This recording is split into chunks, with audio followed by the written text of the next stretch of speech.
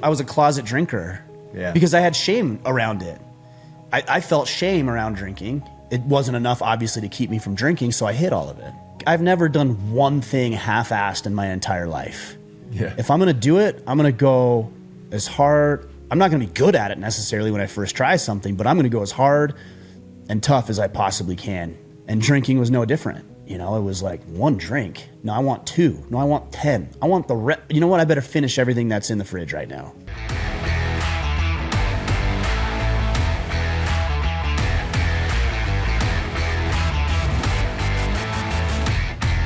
Kipp, what's up, man? Good to see you. Had a little technical difficulties this morning, but we're battling through it. These platforms, it's crazy to me. I mean, they're amazing. Don't get me wrong. The fact that we can have this conversation, you're 4 hours north of me, or when I was in Maine, we were literally across the country from each other, and that we can do this.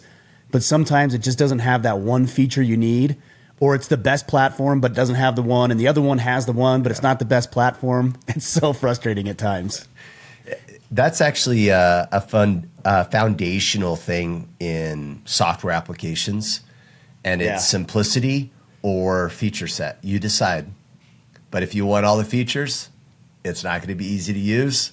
Or if you want easy to use, it's not going to do all the features, right? And it's what are the bittersweet things about life. And there's probably some life lesson dichotomy and, you know, lesson that we could extract about life. Yeah. But yeah, it is what it is. I don't know. I don't care about all that. I just want it to have everything that I want. Yeah, totally. I appreciate it, man. But we're working through it. One of the things that we're actually working on, guys, right now is trying to get the software all ready for tonight. We have a big preview call tonight at 8 p.m. Eastern. If you go to theironcouncil.com/preview, you can get notified.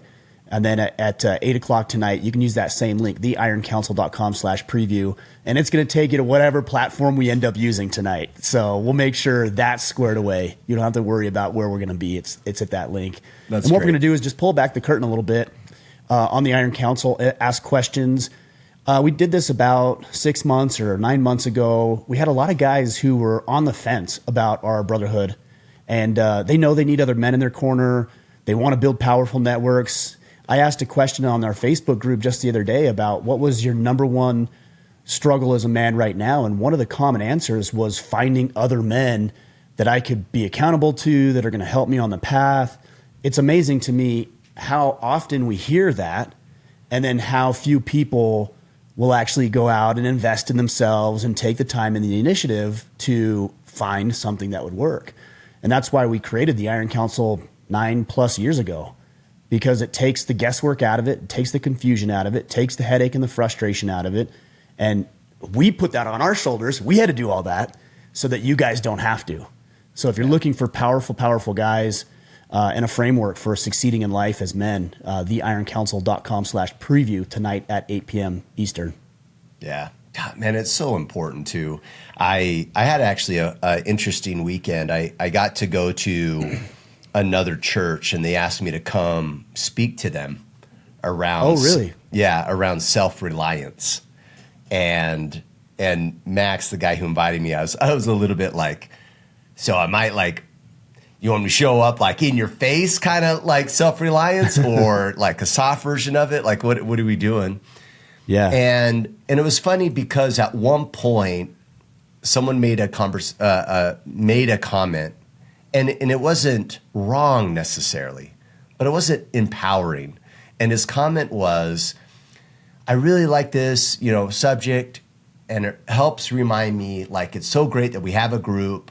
So then that way, if I'm not self-reliant, the church is here to help me, and my neighborhood's here to help me, and I don't have to have it all figured out today, but I have the system to help me figure it out. And although, like, that's true. Like you said, accuracy in that, sure. Yeah. But I'm like, but that's not the message. The message is get your shit together now. Did you swear in church like that, Kipp? No, I didn't say, no, I didn't argue with you. But I was like, but that's what it matters what people say around us, right? Because as he's saying this, and I wouldn't necessarily disagree, guys are like, oh, yeah. And I'm like, no, the message is get your act together. Mm-hmm. Don't be reliant on other people. Be accountable. Right? The Lord expects you to be an agent unto yourself. Get your crap together. Don't delay it, right? Because the reality of it is most people are delaying too much. So that's not the message that people in that room needed to hear. They needed to hear the message of get your crap together right away. And the only reason why I bring that up is it's just, what's the messaging that you're getting around you, right? Are they uplifting? Are they not necessarily wrong, but are they perpetuating the wrong messaging and the wrong thing that's not going to propel you to leveling up in life? And that's why the messaging of the Iron Council and the guys on teams is just so valuable. Yeah, I mean, I think that's a great lesson. One thing that I wrote down here as you were saying that is not only the messaging you're receiving, but the messaging that you're telling yourself. Because if you're saying, oh, the church has got me and I'm taken care of, you are going to drag your feet, of course. Just inevitably going to drag your feet. And then I also wrote down here that I had a good conversation with Rick Trimmer, who, you know, he's a good friend of mine and a business partner in M42 Adventures. Him and I and his dad were actually talking over the weekend. We were at their ranch and we were having a good conversation, and they both asked me, what's the one thing that you notice all of the successful guests, over 500 now, I think 506 guests, what's one thing that just runs between all of them? And the answer is there's a lot of things, but one that really stood out to me is a sense of urgency in their life. Whether it's working out or having the conversation or even the way they walk, the demeanor when they walk, everything is urgent, not panicked, not frantic, but urgent. They know the clock is ticking and they're actively working up against that clock. And so everything is fast paced. Everything is moving. Everything is with a sense of purpose and direction. I mean, I see that sometimes. I see that in some of the kids that I coach or even just men that we work with. It's like, guys, when we do our events, they're like hunched over and like walking and wandering and kicking rocks and picking up dandelions as they're going from station to station. I'm like, man, this is why you're not successful. And it may not be the reason you're not successful, but it's a clear indicator that you're not going to be successful. You have nowhere to be. You have no sense of urgency. You have no focus, no direction. So don't come at me and tell me, I don't know why life's so hard. Because that attitude is the exact same attitude you walk around, you talk, and you act. So I think if you could just pick up the pace in life a little bit, again, not frantic, not chaotic, not hectic, but just urgent. One word comes to mind, intentionality. Yes. They're intentional with the time that has been given to them. Yeah. Good call. I love that. Well, let's get into some headlines, Kip. Do you want to start or do you want me to kick things off? Yeah, you know what? Like my headline, to be frank, what we mentioned before we hit record, Josh and some difficulty. Like he's from Asheville. I've seen pictures like it's underwater. Like I know the town's a river, right? And it's just crazy. I've seen some videos of houses literally floating away. And I don't necessarily have an opinion about it because obviously it probably wouldn't be, I don't know, considerate of people's difficult situation that they're dealing with right now. I think for me, it's if you just had an opinion about it, is that what you said? Like, oh, you should be prepared. Like I'm not going to have an opinion if like you're that. doing the armchair quarterback stuff. Yeah, sure. No, for me, I think it helps me just be mindful and present and grateful. My house is on stable ground. It's not floating away, and things could be a lot worse. And so maybe just a call out for me over this past weekend is this too shall pass, but also be grateful for what I have at the same time. Yeah.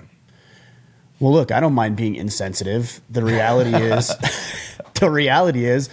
the guys who are prepared are in a much better spot. And that's not to revel in somebody's misery or laugh like a lot of people do. It's none of that. I feel a lot of empathy and concern and worry, especially for our guys, our Iron Council guys who are affected by this. Yeah. But in the Iron Council, we're talking about preparedness and emergency planning, and the men who are prepared, they're not going to come out unscathed. How could you? Yeah. But they're going to be in a much better spot. In fact, Josh sent me a text, and I don't think he would mind sharing this with me. He sent me a text. I know you guys talked this morning as well. And he said, his house is demolished and destroyed. And he's obviously got a lot of work there. But what is Josh doing right now? He's taking supplies around to his family and friends. That to me is a mark of a man right there. He said, I got my family out. We're good. But I'm taking supplies around to family and friends right now. Man. Just awesome. What better indicator that you're doing something right when it comes to being the protector, provider, and presider your people need you to be? Yeah, totally. And just talk about, and it was funny on Saturday where we were chatting about just perfect timing, right? Because in the IC, we've been talking about preparedness all month, and then this happens, and he was just like, man, it's spot on. I hope some of those guys took it to heart and, like I said, were able to get themselves in somewhat of a better position had they not had those discussions. Yeah, totally. Yeah. Well, cool. Well, my headline and prayers, of course, and thoughts and everything, and whatever we can do to support. I know we got Iron Council guys on the ground doing stuff, and if we need to make contributions financially, if we're in the position to do it, we ought to do that as well. My headline comes from a podcast I was listening to this morning, and Kipp, you and I have talked about this. In fact, if I remember right, we talked about something like this just a couple of weeks ago, I think. And this gentleman puts it into much more eloquent words than I'm able to. And this one comes from Chris Williamson's podcast, Modern Wisdom. And it came out a couple of days ago, maybe on Thursday or Friday of last week. And this is with Dr. Laith Al-Shawaf, I think is how you pronounce that. Laith Al-Shawaf.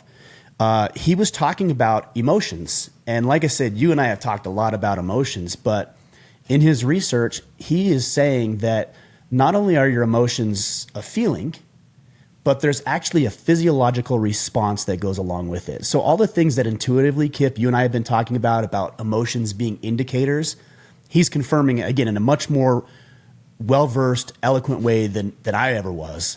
Yeah. But what's interesting about this, and I think this is the one that you alluded to, is that fear is not only a feeling that we have. We focus on the feeling because we think we either should or should not be feeling this. But one thing he said is that when you are experiencing fear, you are much more capable of navigating the environment and world around you. You actually are better with navigation and directions when you're experiencing fear. And I think that's one of the things you talked about. A couple of other things that he addressed on the podcast, the physiological responses of love, and how not only is that a feeling, but that emotion is actually designed to pair bond you with another woman in order to build long-term predictable results. Because right now, if it wasn't about love, if love wasn't an emotion, we are really, really good at, as humans, of dealing in the now. So we'd go hook up with every person that we possibly could. That doesn't serve us long-term, and it's love that helps us get to that point.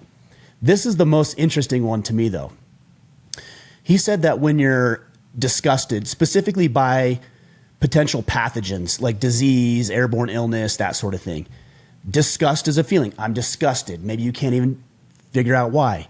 But the physiological response, and this has been proven, is that you get a boost in immunity. Your body starts to produce chemicals to make you more immune and ready and able to deal with potential bacteria and viruses it might be introduced to. So you're having a physiological response to whatever feeling that you might have. Guilt is designed to make amends with the people who are closest so you can continue to keep those relationships intact. Jealousy is designed to protect what you have, maybe a woman, for example, or other things that you have. What else did he talk about? He talked about, anger. Anger is designed to help you get the respect that you deserve because somebody disrespected you. And I'm like, is that true in every scenario? I mean, there's probably exceptions, but when I'm angry, it's because I feel disrespected. Yeah. Interesting. And so your body is actually producing chemicals based on the emotions that you're experiencing. So what do we do with this? That's the real question. Yeah. What do you do with that information? Well, it's the thing that we've been talking about. When you experience an emotion, instead of just feeling it, ask yourself, what should I be doing with this? And what am I learning? And what do I need to learn through the experience I'm currently having? Yeah. And if you can figure out what that is and realize that your body is doing something very real, this is not just some random emotional response that we should try to tamp down. No, your body's actually doing physiological work to protect you against what you're experiencing. I found it fascinating. Oh, that is super fascinating. It reminds me of something I read. This is probably about a year or two ago, where when men hold their infant babies, it alters your production of testosterone. Oh, really?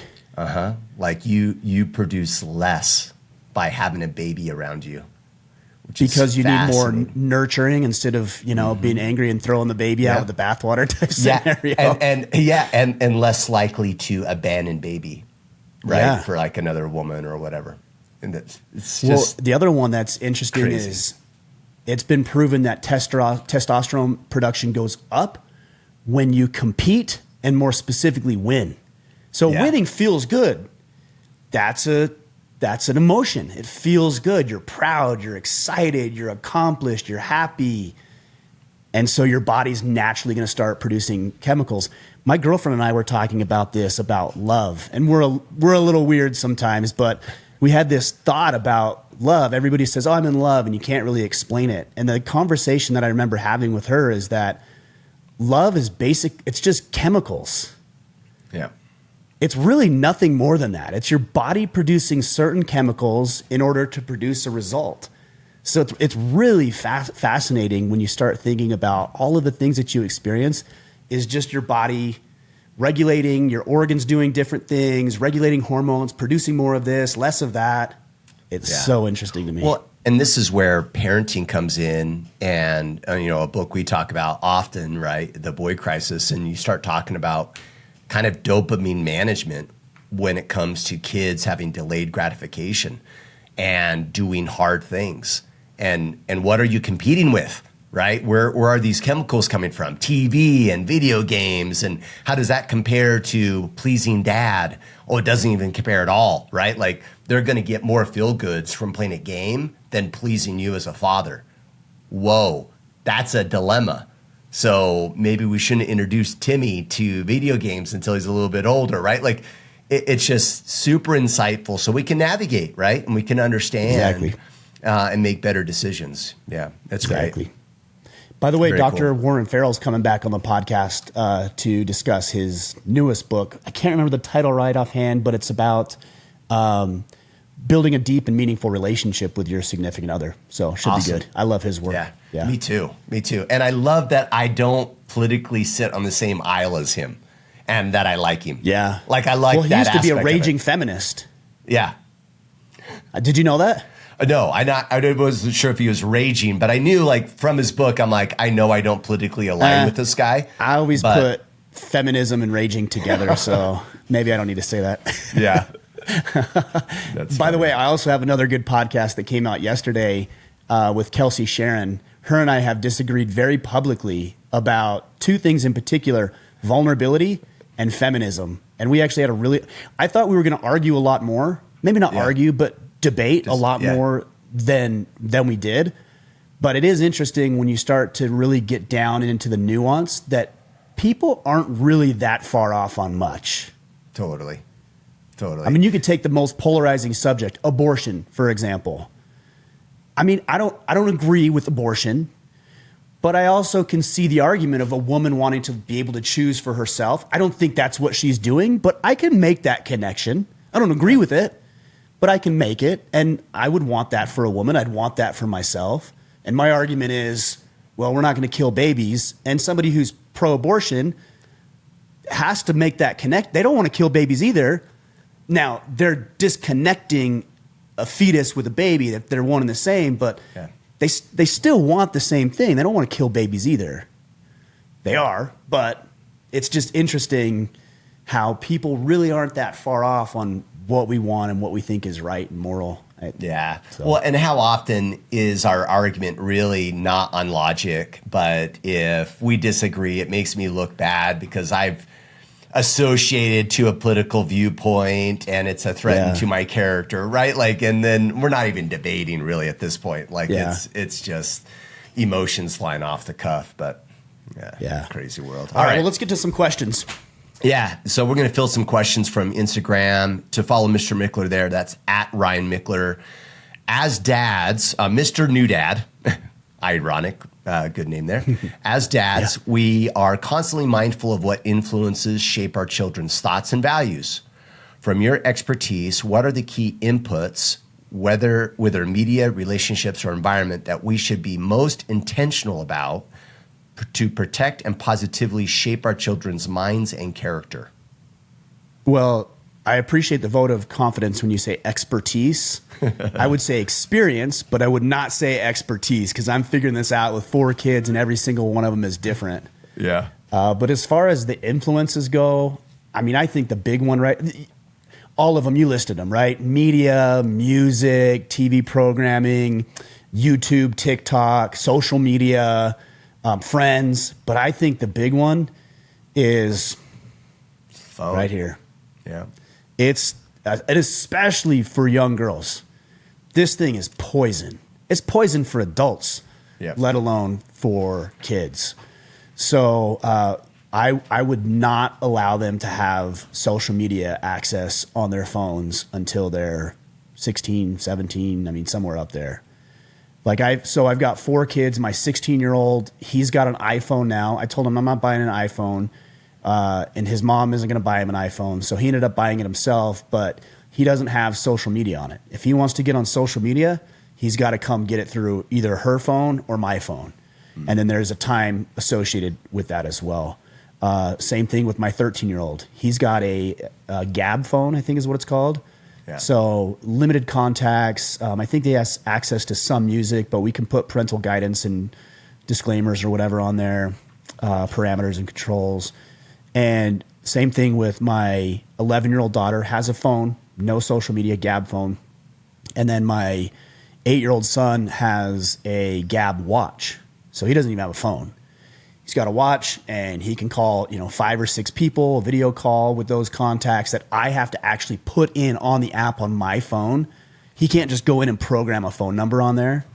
So that's where I think the real danger is. And we know that. And there's been congressional testimony that has, from social media people, that has explained how addictive this is, how toxic this is. And just anecdotally, you can see, especially again in young women, that's where a lot of bullying takes place. A lot of body image issues take place. It's a really, really horrible, horrible place for kids to converse. Outside of that, the obvious, right? Their friends, be aware of where their friends are going and spending their time and what they're doing. With regards to their friends, when the kids are with me, they're with me half the time. My older boys can go do things with their friends, and that's fine, and my daughter as well. But for the most part, I invite everybody to come to my house. And it's not party central or anything out here, but I try to make it a place conducive to them wanting to have friends over. And so this has become the hub, because that's what I want. Yeah. If they're going to have friends, I want them here in this environment, and then we can help not only keep our kids on the right path, but maybe even steer some other kids that maybe don't have the same influence they need in their lives. Yeah. Yeah, it's good, man. There's nothing I'd add. I mean, I just make sure how we're showing up as parents. And I think part of, Mr. New Dad, like one thing is consistency around all of this is the key. Because in your mind, like, oh, they shouldn't be on a phone. They should do this. They don't. And it's consistency that will shape them, not your opinion. Mm-hmm. And so we have to be very consistent. And, even Asia and I, we were talking about this just a couple months ago about how we were inconsistent with going to church because we're constantly traveling on the weekends. And we're like, no, this needs to be a non-negotiable. It doesn't matter where we are. Doesn't matter if we're traveling. Doesn't matter if we're in Delta, if we're up in Salt Lake City. It doesn't matter. We make it a priority, and that sets the tone. And if we always make these exceptions, then what will happen is you'll naturally hear kids, oh, can we not do that? Because they think it's a choice. Why? Because you're inconsistent with it. So that's kind of like the sign, right? When they're asking to do or not do something, that tells you've been inconsistent, and they think it's an option. And so look for those areas to be awesome, consistent. Yeah. Yeah, it's really good insight. Cool. What's All next? Right, J Money 55. How about teaching stranger danger to a 5-year-old daughter. I don't want to instill fear, but awareness when it comes to someone crossing the line with a child. Thank you for taking the time to discuss. Yeah, a 5-year-old at this point, they're getting to the place where they can actually have a conversation with you, right? Yeah. As appropriate, obviously. But what I would do and what I have done is I ask a lot of questions of my kids. So if we're at Walmart, for example, picking something up and I see a strange person, I'll ask them, what do you think about that person over there? And they're like, yeah, he seems weird. I don't know. I'm like, okay, I feel that too, but why? What behavior? What don't you like? Well, I don't know. He just kind of standing there looking around at everybody. Okay. That's something good. That's something to be aware of. When we're at the park, a simple question might be, hey, what would you do if a parent or an adult came up to you and started asking you questions? What would you do? Without any prompts. See what their thought process is. See where they're at. I mean, ideally, the goal in that scenario would for them to be, hey, my mom or dad is right there. You can talk with them. Just empowering them to have those types of conversations. And then also, I think this is really important as well, is to be able to converse with adults and know what boundaries are.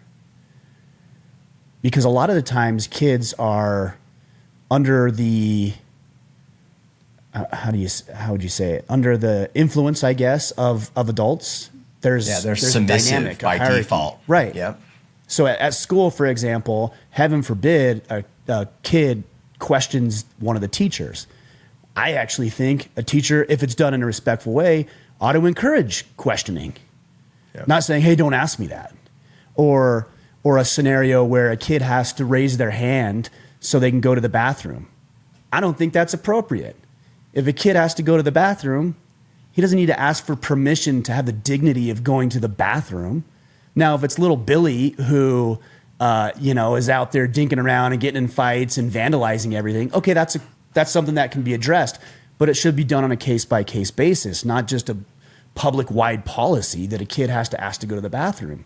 Yeah. These are the problems that we create when we, and look, I know there has to be authority, so I'm not saying anarchy here, but I think if you can teach your child what is acceptable, to have the boundaries, to be able to communicate, a small thing that we've always done as soon as the kids could speak is when we're at restaurants, our kids order food. I don't order food for my kids. And initially, they were scared and hesitant, and my response was, you can either order or not eat. Yeah. Those are the two options. And so we'd sit in there in silence, and every single one of my 4 kids are completely comfortable looking a waitress or a server, I think you have to say now, in the eye and ordering their food clearly and with articulation. Yeah. So I think you ought to teach your child, because somebody who would prey on a child is going to use authority.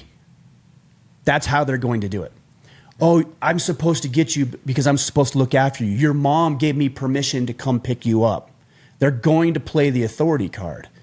And if you've only taught your child to be submissive to authority, they're putting themselves in greater risk. So help them understand what appropriate authority is and where no authority exists. Yeah, we do the same thing at restaurants. I'll even if they want water, like I had poke bowls with Koa just actually the other day. I was super proud that he loved them, by the way. We got some spicy tuna, and he's like, "This is so good." Yeah, it reminded me of Molokai. I was like, "Oh man, oh, I love it." but he was like, "Oh, Dad, I'm thirsty." I'm like, "You should go get some water." Well, where's the water cups? You got to go ask for them. Will you do it? Nope. I don't want water. There, I'm good. Walk up there, get in line. You try to get their attention, even though your head's over the counter barely, and ask for a water cup.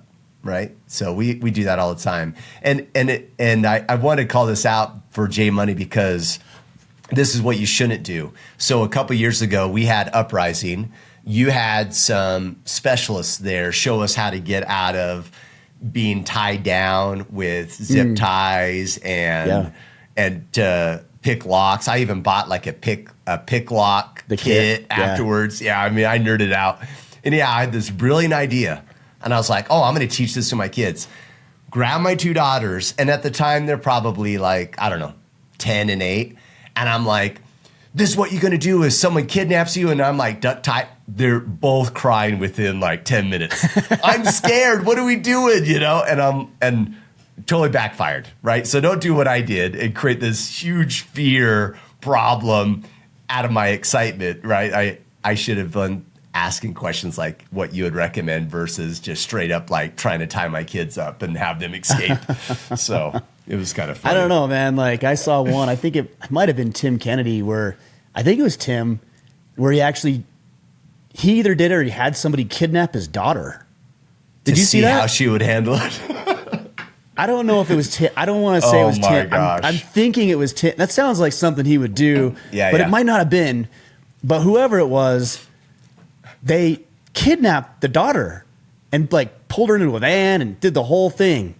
And had her scared go through straight. training. I mean, totally. I don't know. That could be a thing too. I'm assuming there was probably some prep going into it, and training. I don't know. Maybe. I don't know. Oh man. I don't know. I think. I don't know about the efficacy of that, but yeah, I think that's what I would do. I'd also say just encourage positive behavior. You know, when you see your kids being aware of the environment or situation, say, "Hey, I noticed you were looking around when you got out of the car. That's really good work. You did that exactly right." Yeah, and ask those questions. Yeah. Or you might say, "Hey, we were at the park and I noticed that there was somebody who was talking with you. What was your thought process there?" Yeah. "Oh, it was Kelsey's mom." "Okay, cool." Or, "I don't know. He was asking me questions about X, Y, and Z." "Well, there's something we need to talk about." Yeah. So encourage that behavior, have those communications and those conversations. She's 5. I know it's hard, but do what you can. All right. Co-13 Navy, can you talk about your alcoholism? Do you still struggle with it? Is it under control? Can you open up about it a little bit more? Yeah. So years ago, this is probably 3-ish years ago, maybe a little bit over. I had a drink on the weekend. Every weekend I might have a drink or something like that. And a lot of it was just to decompress. It was to unwind. Like most people drink alcohol, right? I mean, yeah. And my mind just is always going. I was having all these thoughts about what I wanted to do with the business, and I wanted it like very ambitious, and I still am. But that one drink on the weekend was actually really nice. I could unplug for the evening and not have to worry about having my brain turned on as much as it always seems to be. I was exhausted because of it, and so that was an issue. And that one drink on the weekend turned into a couple of drinks on the weekend, and then it was like, it's a Wednesday night. Tomorrow's slow. I can have a drink on Wednesday night. And that eventually turned into every night, and then eventually it turned into day drinking. And at one point, it was so bad that in the morning, I would get up and I'd run down to the convenience store, and I'd pick up a half pint of whiskey. Fireball was my go-to of choice, and people are like, "Oh, that's gross." I'm an efficient person, even when it comes to drinking. What can I get that will get me the drunkest, the fastest, for the least amount of money? Yeah, so you don't have to drink and taste as much either. Exactly. Yeah. So I'm an efficient person in everything that I do, and drinking was no different. So I would get drunk in the morning, and then I would podcast, and I'd do my work, and by all external metrics, things seem to be going pretty well. The family dynamics seem pretty well. I know I had maybe some contentions and things like that with my ex, but it didn't seem catastrophic to me. And that was because I was at that point 24/7 drunk, passed out, or hungover. Yeah. My kids were getting older, and so there was some contention with my oldest, but I thought, this is just the nature of him getting older and wanting to be independent. I would assume jump that. In there? Yeah, I was just going to ask: was your mindset that the contention had nothing to do with the drinking? That the contention would have been there whether you were drinking or not, and so it was not related. I actually convinced myself that I was better when I was drunk. Yeah, that I could podcast better because I was looser, able to ask better questions, or at the dinner table. I could have a better conversation because I wasn't so wrapped up in work, and I was a little bit more light and things like this. These are all ridiculous ideas, but that seemed real to me in the moment. I had convinced myself fully. There was a couple of times where I realized that it was becoming a problem, and it was usually when I was drunk, and it's like, I do not like talking about this stuff, but I know there was a problem. Like, oh, I'm just going to stop drinking, or I'm going to like just come clean and tell people, and then that'll help me. And then when I'd sober up, I'm like, I'd chicken out. I'm like, I'm not doing that. Yeah. And then it all kind of came to a head, and I've been public about this. My ex-wife one morning asked me a question or said something to me. I was already drinking by the time, this was a Sunday morning. I was already drinking by the time she brought this to my attention. And I honestly don't remember what she said. All I remember is saying, wait, are you saying you want a divorce?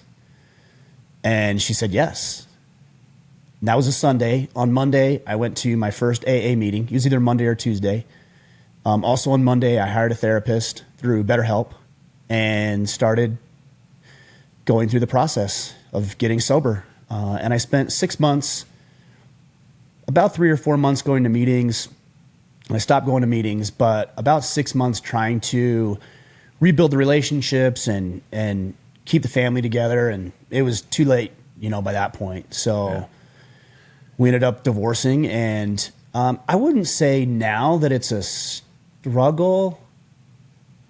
I mean, I'm tempted, at times. So I don't think that'll ever go away. And I think one thing about alcoholism too is that probably just when you think you have a handle on it is about the time you say, you know what, maybe I will have that one drink. Because I know my personality. I got this under control. I can have one. And my personality does not allow for that. And I know that about myself. Like, I've never done one thing half-assed in my entire life. Yeah. If I'm going to do it, I'm going to go as hard. I'm not going to be good at it necessarily when I first try something, but I'm going to go as hard and tough as I possibly can that I can do. And drinking was no different. It was like one drink. No, I want 2. No, I want 10. I want you know what? I better finish everything that's in the fridge right now or in the cupboard. So yeah, it was rough, man. What's your, if you don't mind me asking, what's your, when is it most tempting to drink? Like anything, when I'm stressed and or alone. Got it. Yeah. Yeah. So, because I'm not going to drink around people. I wasn't even really doing that. Yeah. Because I was a closet drinker. Yeah. Because I had shame around it. I felt shame around drinking. It wasn't enough, obviously, to keep me from drinking, so I hid all of it. And then, obviously, when you're alone, I mean, isn't that the temptation of anything? Yeah. Anything you shouldn't be engaged in or involved in, you're not going to do that in public. Yeah. Like, you're not going to pull up, like porn on your iPad when you're on the plane and everybody can see. Like, although that would be a whole other level. Yeah. Yeah. But do you know what I'm saying? Like, yeah, totally. You aren't going to do that. You're going to try to isolate yourself. And so I have to be really careful in those moments of being isolated, being bored, and being stressed. Yeah.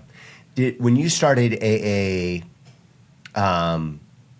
did you have a hard time getting aligned with there's a problem?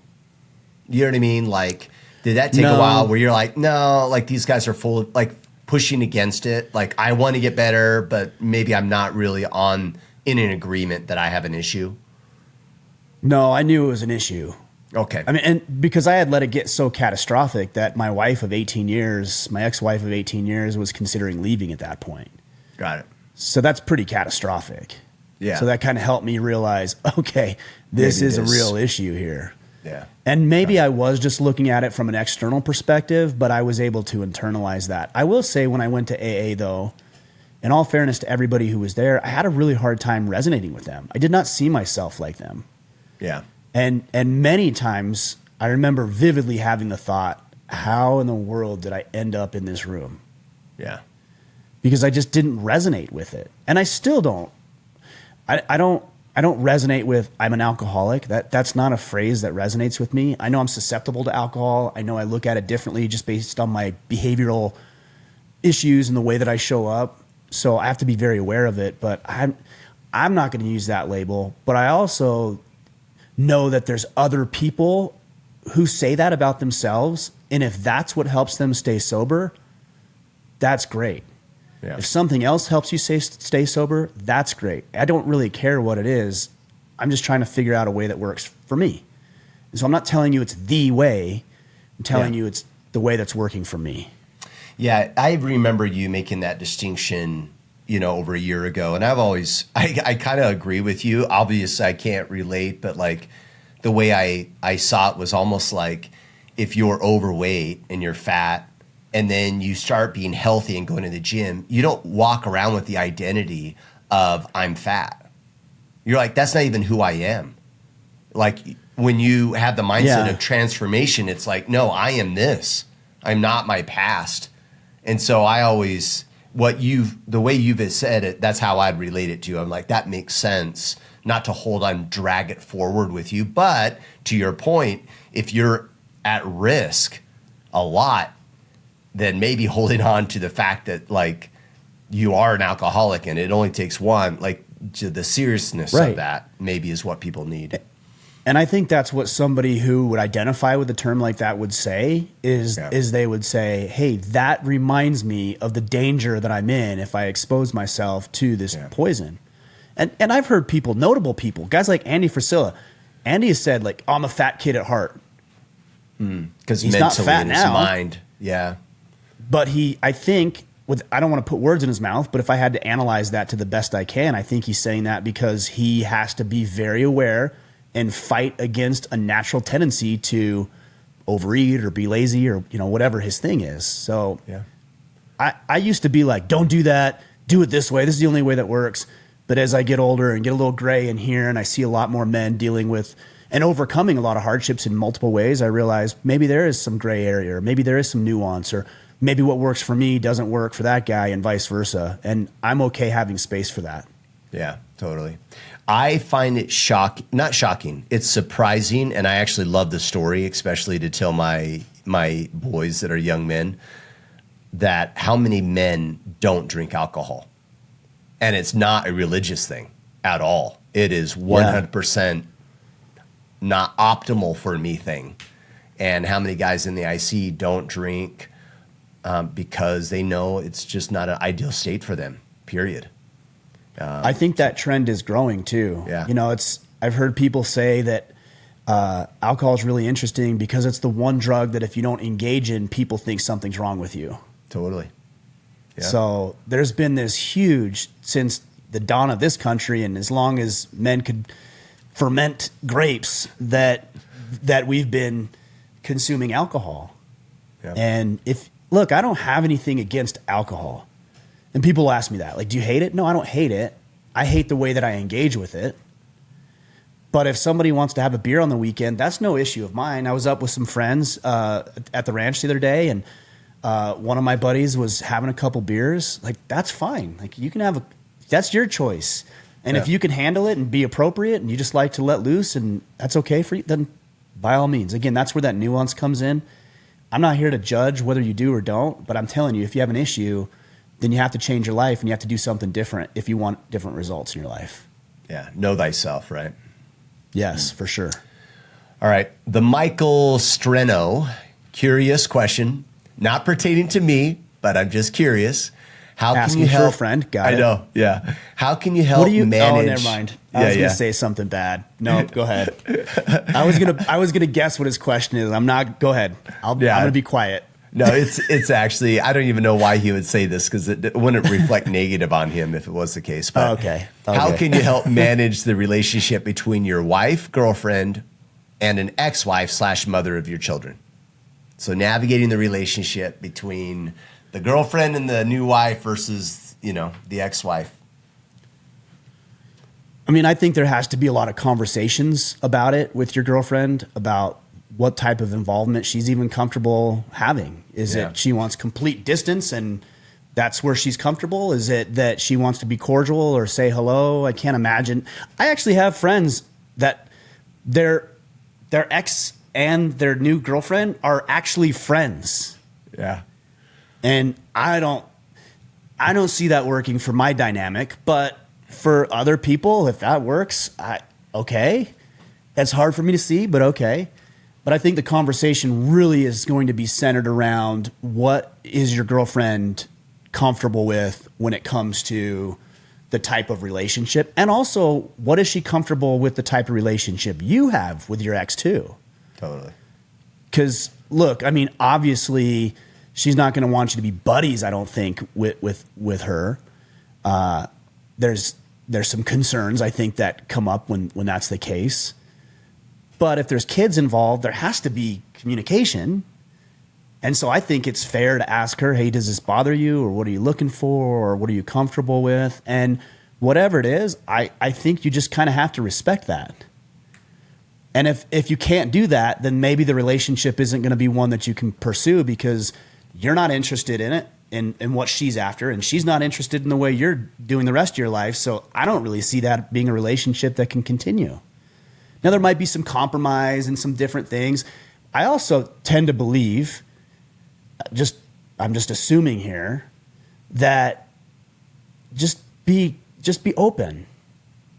You know, if you send a message to the ex about plans this weekend because they're trying to coordinate kids, I think probably you can disclose that. I would imagine that the biggest issue is when the girlfriend knows conversations are happening, but she doesn't know what is happening. And I've been guilty of that.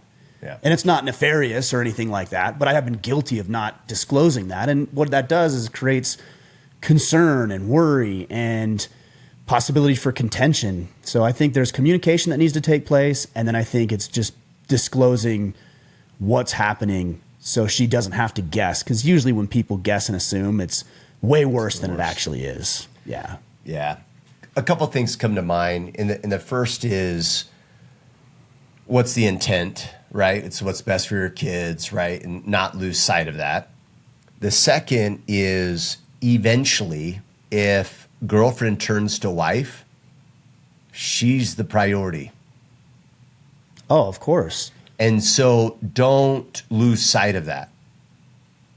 I actually think she's the priority now, because if you're dating her, I mean, for the most part, you're dating her because you want to be in a long-term relationship with her. So she has to be that other relation. That's done. The only reason that's a priority is because your kids are a priority. Yeah. Yeah. And eventually she comes first. So you got to deal with that. And if she's not comfortable, then you need to make some pivots.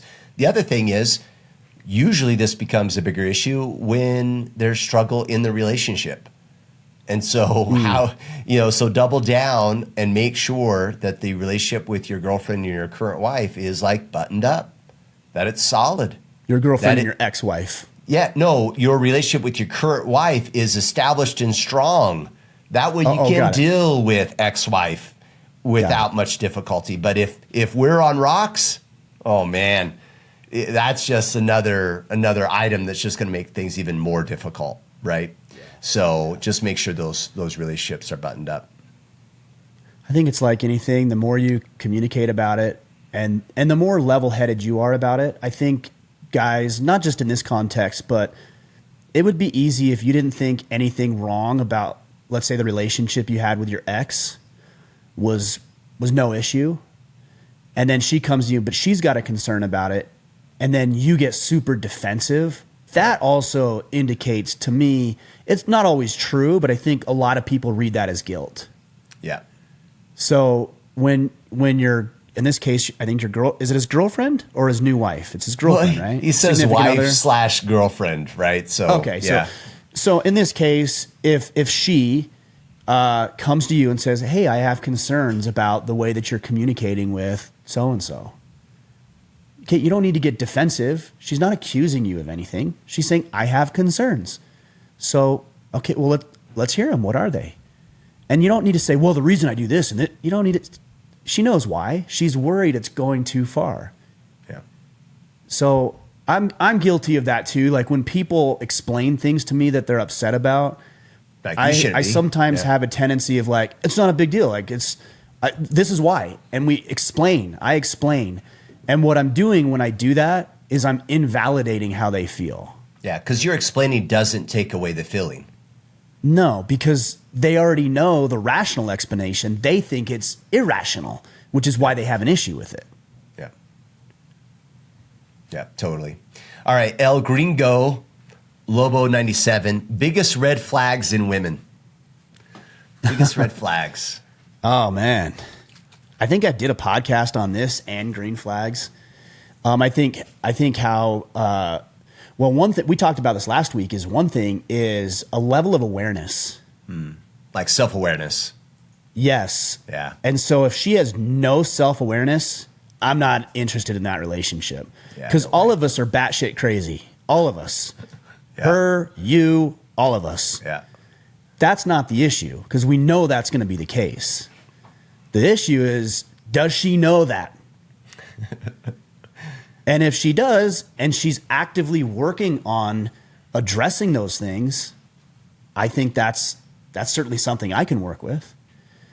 So I think level of awareness, where that is. I definitely think relationship with men and specifically her father is a big thing. Like if she has a toxic relationship with her father, that would concern me. Yeah. She learned about how to have a relationship with men through her father. That she hates. Whether he was present or not. Yeah. So if she's got just a destructive, toxic, again, I'm not saying these are deal breakers. They're just things to be aware of. A track record of cheating, not interested in that. We just had somebody on the Facebook page just the other day in the group actually say that he's been dating this woman for a couple of months. Her divorce isn't finalized yet. She's pregnant and he doesn't know if it's his or no, he doesn't know. But the baby or the soon-to-be baby or the medical expenses are going on the current husband's health insurance stuff. And he's like, what should I do? I mean, come on, man. Like, run. Well, what if it's his baby? Yeah. I mean, first of all, that's another red flag. If she's married, I don't care if she's going through the divorce. Like, if she's married, you stay away from it.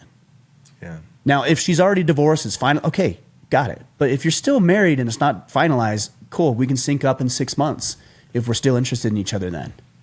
Yeah. That's a huge issue. I think also, how she treats people, just people in general. You can get a pretty good indicator because we can all fake attitude. We can all be really pleasant and be really nice. But that's going to go away. So you need to see how she treats people that are not connected to you and that can't really help her in any meaningful and significant way. Because if she treats those people like that, then it's probably pretty safe to say at some point she's going to start treating you like that. Yeah. Yeah. When she's used to you. Yeah. When you're annoying and obnoxious, and you will get that way. And you will be. Yeah. Yeah. The only thing I'd add, and it's kind of on this self-awareness side, is just any triggers or any areas by which she is a victim, where it's like always someone else's fault. She's always blaming, not taking responsibility for anything. I think you naturally get past that if they're self-aware, but that would get old really quick. That kind of individual, because they're just going around just being a victim by everybody, and they take zero accountability for things. And that tells you that they don't have a growth mindset, right? They'd be difficult to grow with. Well, and that the growth mindset is what I thought you were going to say before you said, and it's the same category, right? But is this a person who's willing to grow and get better and improve and has goals and desires and dreams and ambitions and aspirations? Or is this a person who just wants to plop their butt on the couch and do nothing the rest of their life? Yeah. I would say one other red flag is misalignment in important values. Yeah. So if you guys if you're Catholic and she's Christian, that's not a misalignment. You guys could probably work through that. But if you're a Buddhist or Muslim and she's Christian, that's probably going to be an issue. Or if you're into earthly spirituality and you are very deep into baptism, the Baptist faith, like that's probably at some point going to be a real issue. If she's a liberal and you're ultra conservative, I mean, what do you do with that? Could it work? Yeah. I mean, I think there's exceptions, but that takes a couple of very patient, tolerant people, and most of us are not like that. What do you teach your kids once you have kids? Like all of a sudden it's going to be a conflict all the time. Yeah. Yeah. Or if you like to go adventure and explore and she's a bit of a homebody, it's like, I mean, that's kind of an issue. Yeah. You're not going to be together anyway. Like, she'll be at home and you'll be out adventuring. And if you drag her along, she's going to be bothered. If you're sitting at home all the time and not going on hikes and doing the things that you enjoy, then you're going to be bothered.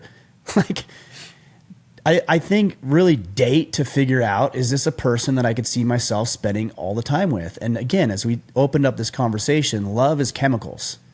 Yeah. And you can have chemical reactions with a lot of different women, and many of them will be aligned and a lot of them will not be. And that's okay. You just end it respectfully and find somebody who is more aligned. But I mean, relationships are hard when people are aligned, let alone when they're not. So this is kind of a good segue from the question before. So I'm going to kind of jump over to this one. Rick Henfer, what are your thoughts on contact with an ex-partner, particularly when you're both in a loving, committed relationship? Well, I can only speak from experience. I have contact with my ex, but it's a 100% around my kids. Yeah. But I don't talk to my ex about, like, how's your day, or how are you doing, or, oh, you're in a new relationship, I hope it's going well. That's not appropriate for me. And not only I'm not interested in those conversations, it's just not appropriate. And it's also not respectful to the other relationship that you're in. Yeah. So here's what I would say. Minimum effective dose. The least amount of contact that you can have to accomplish whatever it is you need to accomplish. If it's to schedule the weekend with the kids, or to trade schedules, or to, I don't know, to tell them about a new medication one of the kids needed, or they broke their arm when they were with you. Okay, fine. Like, there's things that happen. Minimum effective dose, not an ounce more. Yeah. What would you say to that? I think this is what I would say. I would lean in the direction of, what's the intent? Like what? And are you seeking something in that ex-partner relationship that you wish you would be getting out of your current relationship? If you are, not appropriate. Yeah, Weird. End the current relationship and try to work on the previous one. If that's what you feel, or if you're just trying to get validation, that's an issue. But yeah, so I would pulse why, and then it goes back to the comment I mentioned earlier: priorities. Well, yeah, but my expectation is, yeah. Well, who's your priority? Right, like that's part of getting married, is putting that person as the priority. So I would just look at those two things primarily. Yeah, I mean, I think you know what your intentions are when you're reaching out. Like, you know what they are, whether they're on the up and up or not. Like, you know, so just don't, and don't even open it. Relationships end. Why even? And when they end, they're over. They're done. They're over. But also, you know, one thing that somebody has to keep in mind is that you may love that woman. You may have been in a long-term relationship, and there may not be feelings now, but I've seen so many relationships like get back together, and it ends up being toxic anyways most of the time. Yeah. Just let the thing die. Like, it's done. And you can have feelings about the past, but it's done. Same thing with a job. The job is done. It's over. Move on with your life so you can focus on an incredible woman to come into your life, or a new job to come into your life. Like, dump the baggage and move forward. Yeah. Yeah. I would also say one other caveat to this, Kipp, and I think you would agree with this, is if you are going to take the idea of what is my intent and then work into my suggestion, which was minimum effective dose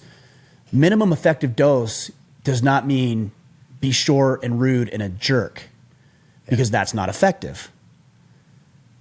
I said minimum effective dose. So even with limited contact, you can still be respectful even if she's not.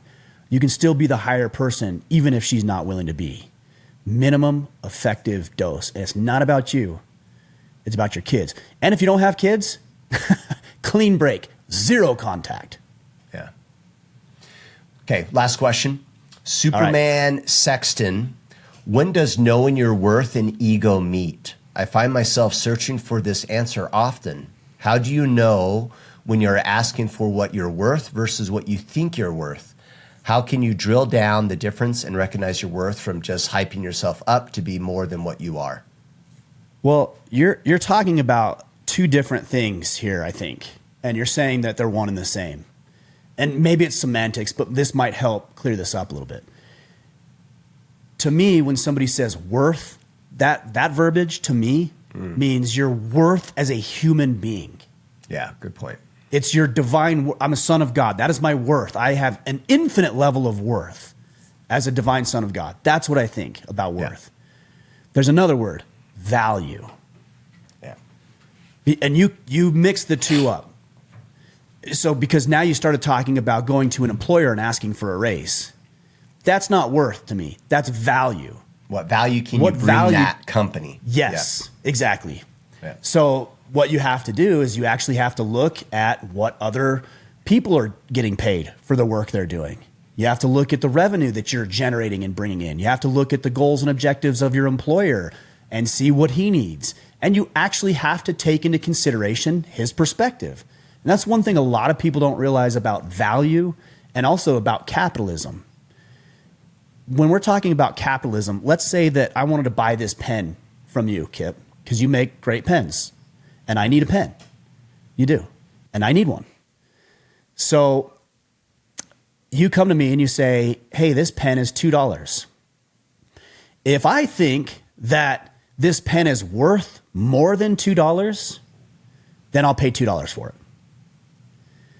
If you thought that this pen was worth more than $2 because of what it cost to make, then you would charge more for it. So what's interesting about a voluntary transaction like this pen is I think I'm getting a better deal than you, and you think you're getting a better deal than me. Yeah. And when those two ideas mesh and converge, we have a sale. And it's the same thing with an employer. Now we're not selling a pen, you're selling your services. So you go to your boss and you think that whatever he's going to pay you is more than you're worth. And he thinks whatever you provide is worth more than what he's willing to pay you. And so his opinion actually matters in it.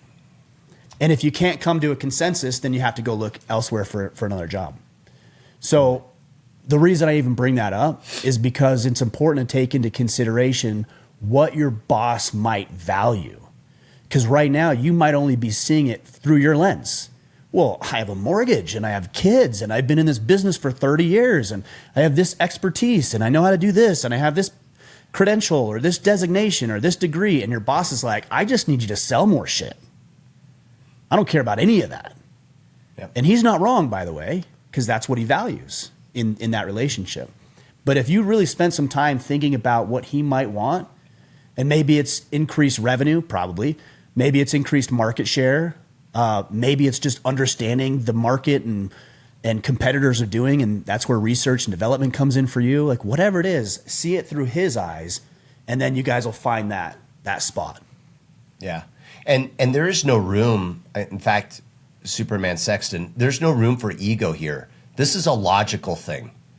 This is do I provide value to the organization in this position? Yes or no? And if you don't, increase capability, increase your skill, make pivots and necessary adjustments. But it doesn't matter. And it's kind of funny, we get this way with, well, I've been here for so many years and I'm just intrinsically valuable just because of being here. It's like, no, like I even think the value over replacement is a valuable thing to consider. What's the value in possibly replacing me? Could they get someone to do my job better for a cheaper price or at the same price? And if the answer is yes, then they should fire your ass and go find someone else. Yeah. And that's business. Don't take that shit personally. Use it to evaluate where you are. And then the flip side is also true. If you don't think that they could go find someone as great as you at the salary that they're paying you, then start working on your exit. Go find somewhere else. Go find someone else that's willing to pay you for your worth. Yeah. Yeah, cool. I forgot about the ego component of that. But yeah, the ego is going to get you hurt for sure. Yeah, just leave it out of the conversation. Well, I think the way that where you address that is back to the value. You know, who gets to determine in any relationship? Let me ask you, Kipp. In any relationship, romantic, platonic, professional, who is it that determines the value of the relationship? The receiver of what you bring to the table. It's always the other party. Yeah. Always. Yeah. The other party in any relationship always gets to decide what's valuable. And you could be mad about that. You can throw a temper tantrum about it. You can be frustrated about it. And they're still not going to value you more than what they're going to value you for. Yeah. In fact, so they'll value you less and you're annoying, you know? Right. Yeah. If you bitch about it. Yeah. So I think the way that you get rid of the ego is just always knowing that it's the other party who gets to determine what's valuable. And think about it in the context of a romantic relationship. If you're showing up and you think you're doing everything right and she's like, man, this guy's a jerk and he's not showing up for me and he's not expressing his love and he's never here. Again, you can bitch and moan and cry about that all you want, but she's out after so long of doing that. Yeah. But if you're always like, hey, how does my wife receive love? What can I do to make her know that she's important in this relationship? How can I serve her best?